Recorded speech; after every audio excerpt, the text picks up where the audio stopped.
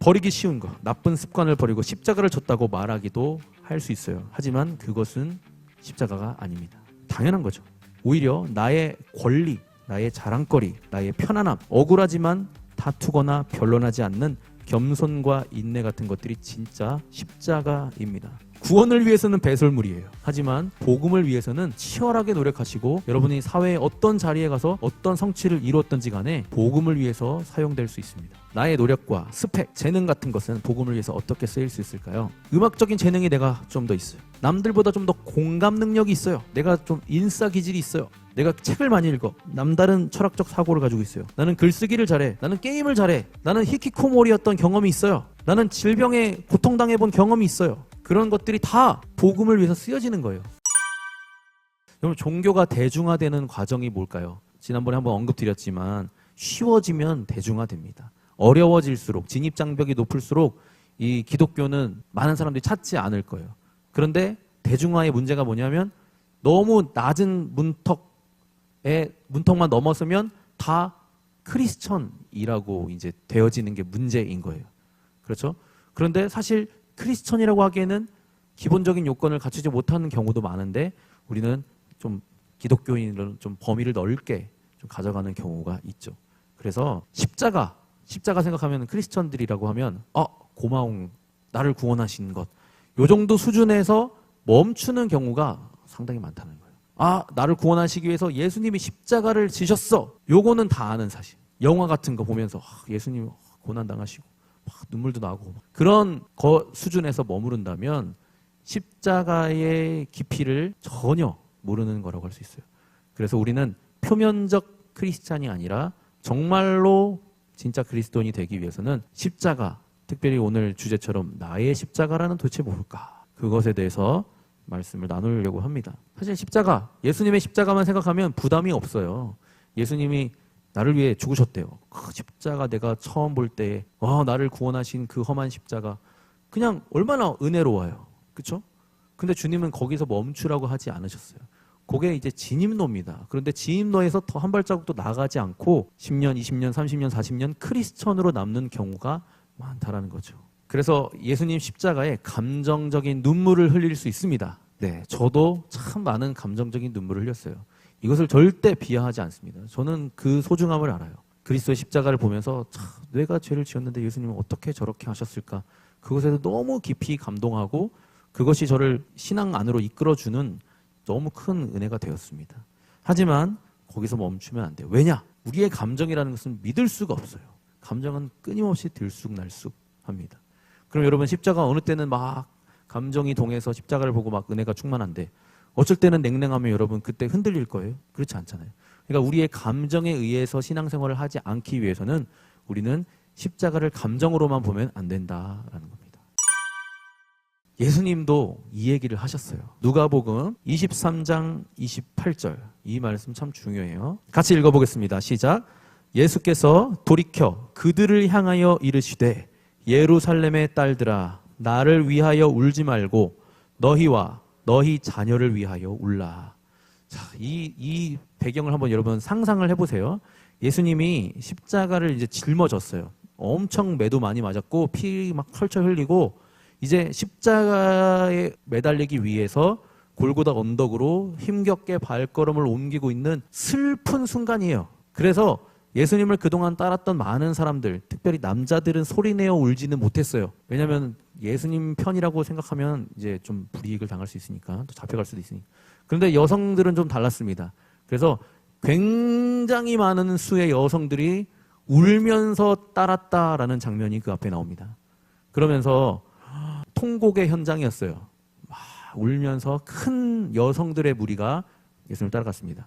여러분, 그 당시의 문화에 명예와 수치 문화가 있어요. 누가 죽었어요. 근데 이 사람의 장례식에 우는 사람이 없으면 큰일 납니다. 수치스러운 거예요. 그래서 가난한 사람들 같은 경우에 장례식을 할 때 이 울어줄 사람이 아무도 없으면 안 되기 때문에 돈을 주고 고용을 했습니다. 울어줄 사람, 곡하는 사람을. 그래서 보통 최소한 2명이 한 조가 돼요. 한 명은 피리를 불고 한 명은 곡을 합니다. 그래서 아주 슬픈 가락에 피리를 불어요. 이렇게 불어요. 그러면 막 분위기가 막 잡히잖아요. 그러면 그 여성 곡 전문 여성이 관계도 없어. 누군지도 몰라. 근데도 이 사람은 돈을 받았잖아요. 그러니까 돈 받는 값을 하기 위해서 이런 행동을 하는 거예요. 그 사람의 곡이 슬플수록 이 사람이 비싼 값에 알바를 할 수 있는 거예요. 그래서 전문적으로 곡하는 사람들이 있었습니다. 예수님 당시에도 그런 문화였기 때문에 예수님이 죽으신다고 하니 많은 무리들 따르며 큰 소리로, 최대한 큰 소리로 슬피 우는 분위기를 연출을 하고 있는 거예요. 진짜 슬프기도 물론 했겠지만 들으라고 더 크게 울었던 겁니다. 근데 예수님이 그 소리를 십자가 지는 와중에 들으시는 거예요. 그러니 갑자기 그들을 향해서 이렇게 오늘처럼 이렇게 말씀하시는 거예요. 예루살렘의 딸들아, 예루살렘의 딸들아, 나를 위해 울지 마라. 나를 위해 울지 마라. 너희와 너희 자녀들을 위해서 울어라. 이렇게 얘기합니다. 이 얘기를 어떻게 생각하면 나 동정할 게 아니라 너가 더 불쌍한 사람이야. 이런 의미예요. 보세요. 예수님이 십자가에 걸어가는 발걸음이요.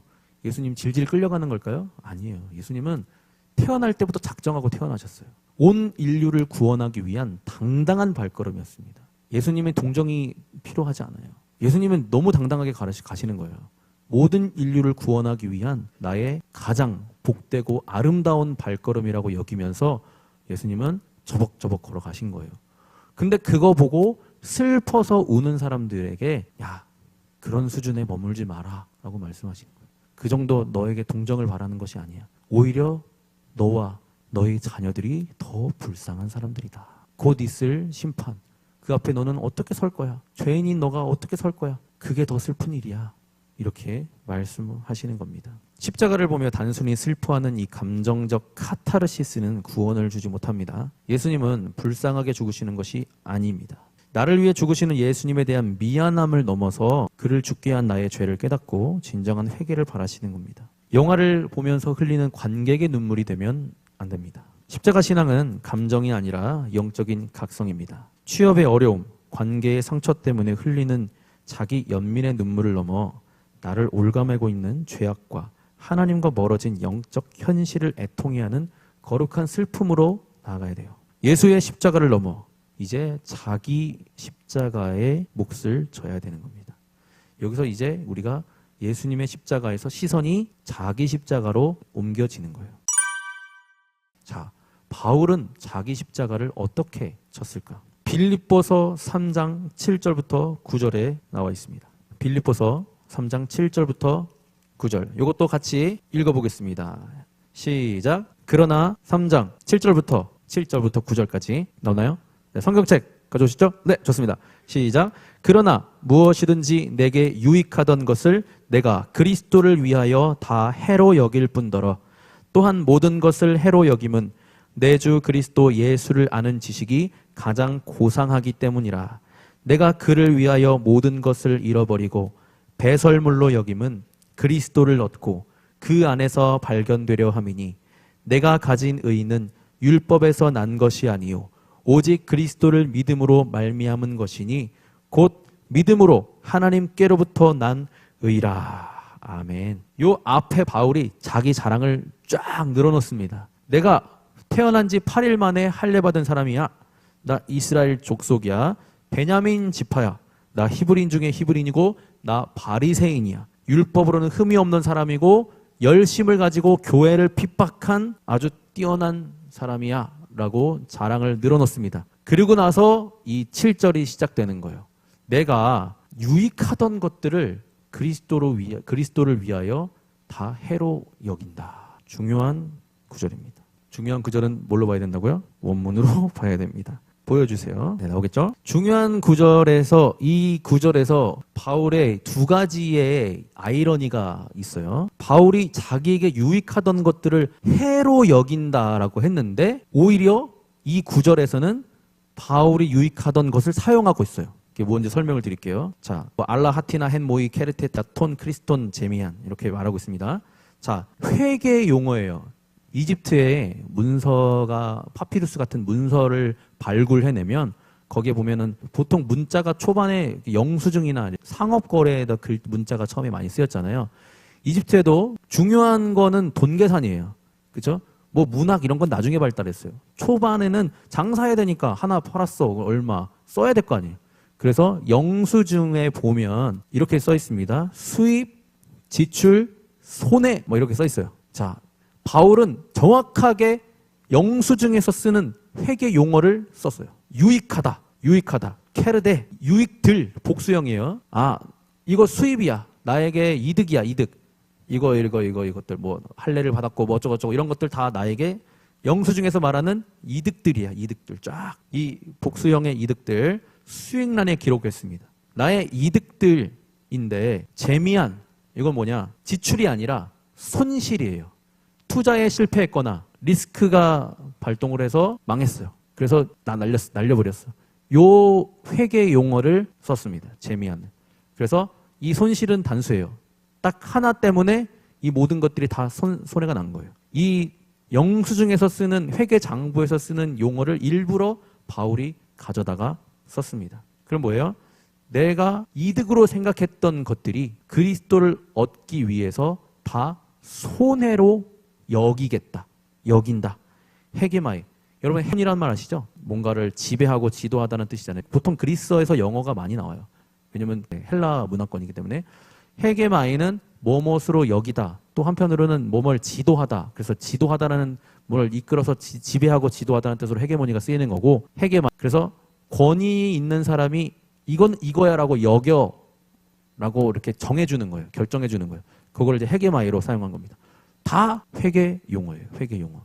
우리 회계 일하시는 분들 많잖아요. 그런 용어로 일부러 사용을 한 겁니다. 내 잘난 행위들이 좀 괜찮은 인간으로 하나님께 나아가게 했었는데 이제 보니 그것들이 다 교만한 것이었다. 내가 그리스도의 의를 얻지 못하게 걸림돌들이 되는 것들이었기 때문에 내가 그것들을 손실 처리를 해야겠다 해서 모두 다 내가 유익하던 것들을 모두 다 손실로 여겼다는 거예요. 여겼다는 거예요. 그래서 바울의 그 좋은 배경들, 그 좋은 조건들을 그리스도를 얻기 위해서는 다 무로 돌려놓고 주님, 저는 그냥 죄인입니다. 이렇게 나아갔다는 거예요. 이렇게 나아갔다는 거예요. 그래서 그리스도를 얻었대요. 그리스도의 의를 얻었어요. 우리가 로마서에서 계속 했던 게 뭐예요? 나의 모든 조금이라도 남들보다 괜찮은 면, 남들보다 좀 낫다고 생각하는 면까지도 다 버려야 그리스도의 의가 진짜 우리 것이 된다고 말씀드렸잖아요. 바울도 그런 얘기를 하는 겁니다. 내게 유익하던 것들을 다 해로 여기는 것은 그리스도를 얻기 위해서. 요거는 뭐의 문제예요? 구원의 문제입니다. 그런데 신기하게도 이 구절에서 우리가 볼 수 있는 건 뭐예요? 바울의 문학적 기술이죠. 바울이 전도하기 위해서 이 글들을 쓸 때 이 단어 하나하나를 고심해서 쓴 거예요.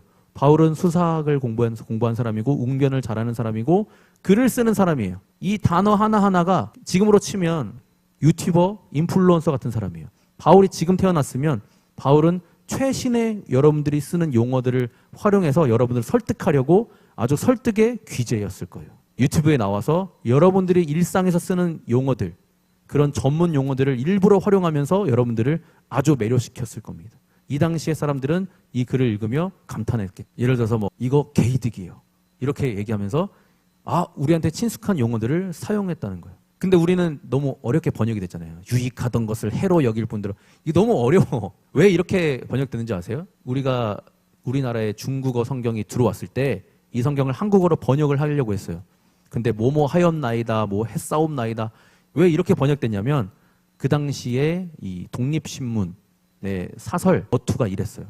그래서 성경에 좀 권위를 두자라고 해서 왕궁에서 쓰는 말처럼 멋지게 뭐뭐 하옵나이다 이런 식으로 번역을 일부러 한 거예요. 그 당시 사람들도 그렇게 말 안 했어요. 근데 왜 이렇게 어렵게 번역했는지 저는 잘 모르겠어요. 그래서 좀 언어를 좀 공부할 필요는 있습니다. 어쨌든 바울은 최선을 다해서 자기 기술을 사용했다는 거예요. 기술을. 자, 여기에 두 가지 아이러니가 있다는 거예요. 한 가지 아이러니가 있다는 거예요. 바울은 다 해로 여긴다며. 그동안 자기가 배운 철학적 지식, 이런 배경들 다 해로 여긴다고 했잖아요. 그런데 왜 여기서는 그런 기술들을 또 활용하면서 그 얘기를 하고 있냐는 거죠. 요게 두 가지 차원이 다르기 때문이에요. 첫 번째, 내가 그리스도의 의를 얻기 위해서는 나의 모든 것들을 다 제로로 돌려놓고 주님 앞에 저는 죄인입니다 라고 고백하고 나아가겠습니다. 그런데 복음을 전하기 위해서, 한 영혼을 구원하기 위해서는 내가 가진 배경, 내가 가진 기술, 내가 가진 능력, 지혜, 학벌 다 사용하겠습니다. 이게 바울의 마인드였어요. 그럼 여러분이 어떻게 살아야 될지 답이 나오죠. 주님 앞에 의롭다 하심을 얻기 위해서는 여러분들은 백지 상태에서 죄인임을 인정하고 나아가는 것. 그러나 이제부터 여러분들이 그리스도인으로 살아가면서 하나님의 영광을 위해서 살 때 여러분이 활용할 수 있는 여러분의 재능, 여러분의 배경, 여러분의 지혜, 여러분이 가진 모든 것들, 여러분의 스펙까지도 복음을 위해서 적극적으로 활용하셔야 되는 겁니다. 여러분은 무엇을 가지고 예수 그리스도의 영광을 드러낼 거예요? 무엇을 가지고 전도할 거고 무엇을 가지고 세상 사람들에게 주님의 영광을, 그 사랑을 나타낼 겁니까? 여러분에게 주신 특별한 것들, 내가 남들보다 조금 더 있는 것 같은데 라고 하는 것들을 이제 사용하셔야 돼요. 사용하셔야 됩니다. 바울은 이 두 가지를 명확하게 구분하고 있는 겁니다. 8절 보겠습니다. 또한 모든 것을 해로 여김은 내 주 그리스도 예수를 아는 지식이 가장 고상하기 때문이라. 내가 그를 위하여 모든 것을 잃어버리고 배설물로 여김은 그리스도를 얻고. 내가 모든 것을 다 손실 처리한 이유는 가장 고상한, 압도적으로 탁월한 그리스도를 아는 지식을 얻기 위함입니다. 그러면서 배설물이라는 단어를 사용하는데 이것은 개에게 주던 음식물 쓰레기를 이야기해요. 또 짐승의 똥 같은 거를 이야기합니다. 그러니까 그 모든 것들은 하나님의 의의를 얻기 위해서 나는 내가 했던 그 선한 행동, 뭐 열심으로 교회를 핍박하고 했던 것들 다 이거는 쓸데없는 겁니다. 예수 그리스도가 나를 구원하신다는 것은 아무런 조건 없이 그 의만이 나에게 유일한 자랑입니다. 이렇게 고백하는 거예요. 9절. 그 안에서 발견되려 함이니 내가 가진 의는 율법에서 난 것이 아니요 오직 그리스도를 믿음으로 말미암은 것이니 곧 믿음으로 하나님께로부터 난 의라. 발견되어지다. 수동태예요. 내가 그리스도를 발견한 것이 아니라 내가 모든 것을 제로로 돌려놓을 때 주님 저는 죄인입니다. 저는 의가 없는 사람입니다. 제가 잘난 척했던 것들, 내가 조금이라도 죽으면 좀 남들보다 괜찮은 사람이라고 여겼던 모든 것들을 다 내려놓습니다. 라고 고백할 때 주님은 나를 발견하셨다는 거예요. 그리고 나를 의롭게 하셨다는 거죠. 자, 여기서 그리스도의 믿음이라는 게 있잖아요. 믿음으로, 그리스도를 믿음으로 라는 말이 해석이 조금 어려워요. 왜냐하면 그리스도를 믿는 믿음인지 아니면 그리스도의 신실함인지, 피스테오스가 같은 뜻이거든요. 신실함이기도 하고 믿음이기도 해요. 그러니까 내가 그리스도를 믿는 건지 그리스도가 신실함인지. 근데 둘 다 은혜롭습니다. 우리가 첫 번째 거는 잘 알죠. 그리스도를 믿는 믿음이 우리를 구원하는 거, 네, 분명합니다. 또한 그리스도의 신실함이 우리를 구원하시는 것도 맞아요. 그래서 어떻게 해석하든 사실 동일하긴 합니다. 그래서 바울의 자기 십자가는 뭐냐? 그리스도를 얻기 위해 자기에게 유익하던, 이득이던 것들을 버렸다는 거예요. 여기서 중요한 건 뭐예요? 유익. 우리가 무익한 것은 버릴 수 있습니다. 나쁜 습관, 죄, 이런 것들은 그리스도를 위해서 버릴 수 있어요. 그런데 바울은 뭘 버렸다는 거예요? 유익하던 것들, 이득이던 것들, 명백하게 이득이던 것들을 버렸다는 거죠. 여러분에게 그리스도의 의를 얻기 위해서 유익하던 것들을 무엇을 버리는지 한번 생각해 보시면 좋을 것 같아요. 무익한 거 말고 내 의가 아닌 오직 그리스도의 신실함만이 우리 구원의 근거입니다. 버리기 쉬운 거, 나쁜 습관을 버리고 십자가를 졌다고 말하기도 할 수 있어요. 하지만 그것은 십자가가 아닙니다. 당연한 거죠. 오히려 나의 권리, 나의 자랑거리, 명백한 자랑거리, 나의 편안함, 때로는 억울하지만 다투거나 변론하지 않는 겸손과 인내 같은 것들이 진짜 십자가입니다. 한번 이렇게 해보시면 좋을 것 같아요. 그리스도가 여러분은 눈앞에 와 계실 겁니다. 이렇게 여러분이 유익하던 것들을 내려놓을 때 진짜로 그리스도에게 발견될 수 있어요. 우리는 그리스도를 온전히 얻기 위해서 무엇을 버리고 있습니까? 남들보다 앞서갈 수 있는 황금 같은 주말을 예배를 위해서 버리는 것.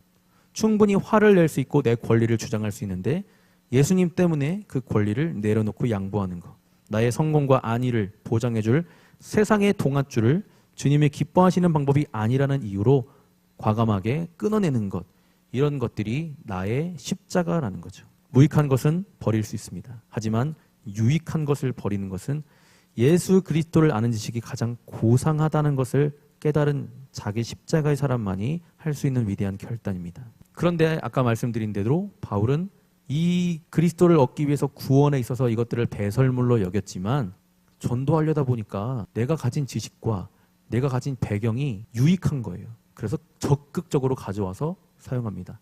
예를 들면 아레오바고라는 곳에서 설교를 하는데, 설교라기보다는 이제 거기 있는 지식인들과 대화를 하는데 바울의 탁월한 지식들 가지고 얘기합니다. 어떤 분들은 그 아레오바고 설교가 실패라고 얘기해요. 하지만 바울의 설교를 한 여러 편을 이렇게 보면은 대부분 바울의 설교를 듣고 많은 사람이 구원받은 적은 없어요. 그래봐야 몇 명이에요. 한두 명이에요. 루디아 같은 사람 뭐 이렇게 한두 명이에요. 아레오바고 설교에서도 몇몇 사람들은 미친 사람이라고 생각하고 떠났고 몇몇 사람들은 그 얘기가 굉장히 흥미롭다고 하면서 다시 듣겠다 하고 또 찾아오기도 하고 그랬습니다. 그래서 바울은 자기의 철학적 배경과 철학이라든지 이런 헬라적인 지식들, 로마 시민권 다 사용했어요. 그러면 여러분 뭐예요? 열심히 여러분 자신을 개발하시고 노력하세요. 무엇을 위해서? 복음을 위해서. 배설물로 여기시면 안 됩니다. 그거는. 구원을 위해서는 배설물이에요. 하지만 복음을 위해서는 여러분은 치열하게 노력하시고 여러분의 것으로 만드세요. 여러분이 사회의 어떤 자리에 가서 어떤 성취를 이루었던지 간에 복음을 위해서 사용될 수 있습니다. 그러니까 열심히 우리가 살아야 할 이유가 여기서 있는 거죠. 나의 노력과 스펙, 재능 같은 것은 복음을 위해서 어떻게 쓰일 수 있을까요? 음악적인 재능이 내가 좀 더 있어요. 남들보다 좀 더 공감 능력이 있어요. 그런 것들. 내가 좀 인싸 기질이 있어요. 내가 책을 많이 읽어. 나는 좀 남들보다 좀 남다른 철학적 사고를 가지고 있어요. 나는 글쓰기를 잘해. 나는 게임을 잘해. 나는 히키코모리였던 경험이 있어요. 나는 질병에 고통당해본 경험이 있어요. 그런 것들이 다 복음을 위해서 쓰여지는 거예요. 저에게 있어서 아픈 기억들, 그런 것들이 다 누군가에게 다가갈 수 있는 저의 무기가 되는 겁니다. 그렇죠? 긍정적인 면뿐 아니라 부정적인 것들까지도 다 여러분에게 주신 선물이에요. 여러분이 경험한 그 아픈 어둠의 기억들이 그러한 사람들을 향해서 다가갈 수 있는 힘이 되는 거예요. 제가 이번 주에 머리를 염색을 하고 머리를 좀 잘랐거든요. 제가 항상 가는 원장님, 제가 항상 전도하려고 하는 원장님이 있어요. 인천까지 제가 일부러 갑니다. 인천까지 가서 머리를 자르고 오는데 이번 주에도 그 원장님하고 얘기를 나누다가 원장님이 그러더라고요. 얼마 전에 손님이 왔는데 문신이 온몸에 다 있으신 분이었대요. 그래서 너무 무서웠대요. 원장님이 혼자 계시거든요. 그래서 빨리 자르고 보내야겠다 하는데 진짜 온몸에 문신이 막 여기 목 뒤로 막 보이니까 무서웠대요. 얼굴도 약간 험악하게 생기시고. 그랬는데 머리를 잘라주고 보낸 거예요. 근데 또 얼마 뒤에 그분이 또 찾아오셨어요. 마음에 드셨나 봐요. 또 찾아왔는데 이번에는 그 남자들 약간 똘마니 같은 사람들을 이렇게 막 잔뜩 데려온 거예요. 그래서 이게 무슨 일인가. 아, 분명히 조직에 몸담고 계신 분이구나. 이렇게 막 남자애들이 뒤에 탁 머리 자르는데 막 보고 있더래요. 쫄아가지고 머리를 자르고 있는데 혹시나 실수하면 큰일 나잖아요. 근데 갑자기 그 남자애 중에 한 명이 이 남자분을 뭐라고 하냐면 목사님 이렇게 불렀대요. 그래서 너무 놀란 거예요. 뭐야, 이분이 목사님이라고? 그래서 봤더니 이분이 원래 조직에 몸담고 계시다가 손을 씻고 예수 그리스도를 믿어서 목사님이 되신 분이에요. 그래서 그 사역을 하시는 거예요. 소년원이나 좀 불량한 청소년들, 문신이 벌써 압도적이잖아요. 딱 가갖고 야 그렇게 살지 마. 딱 하면은 예 알겠습니다. 이렇게 되는 거예요. 이런 사역을 이 어두운 과거를 가지고 이렇게 귀하게 쓰임 받으시는 분이래요. 그랬는데 얼마 후에 텔레비에 나오셨대요. 이쪽 사역에서는 최고봉이신 분이었던 거예요. 그래서 텔레비에 나왔대요. 그래서 이분의 그 어두운 과거가 이분을 이런 사역을 하게 만드는 거구나. 저는 그들에게 그렇게 못하거든요. 그 아들한테 제가 가면은 찐따 취급받겠죠. 근데 그분이니까 가능한 거예요. 그죠? 이렇게 돼 있으니까. 그래서 여러분이 경험한 그 모든 것들, 긍정적인 것이든 부정적인 것이든 다 복음을 위해서 적극적으로 활용하시면 됩니다. 그래서 우리가 사순절 기간에 예수님의 십자가를 묵상하고 그 은혜에 감사하고 여러분을 위해서 주신 그 은혜에 대해서 감정적인 눈물, 귀하고 정상적이고 자연스러운 현상입니다. 하지만 거기에서만 머무르면 안 돼요. 왜냐하면 감정은 늘 변하기 때문에. 그래서 그 눈물을 넘어 내 삶의 유익을 주님 발 앞에 내려놓는 진짜 나의 십자가를 짊어지기를 원합니다.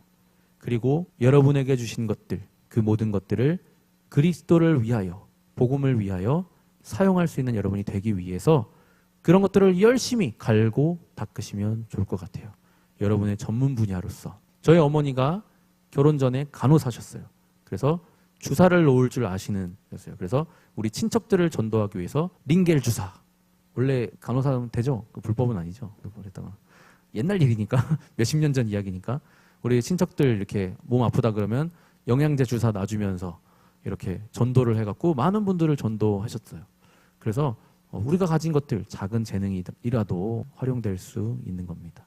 그래서 여러분 사순절 십자가 묵상하시고 나의 십자가는 무엇인가? 내가 유익하던 것들을 그리스도를 위해서 무엇을 버릴 것인가? 한번 고민해 보시고 또 내가 가지고 있는 남들보다 나은 점 그런 걸 가지고 어떻게 세상을 향해 나아갈 것인가 생각해 볼 수 있는 그런 시간들이 되었으면 좋겠습니다. I am a flower.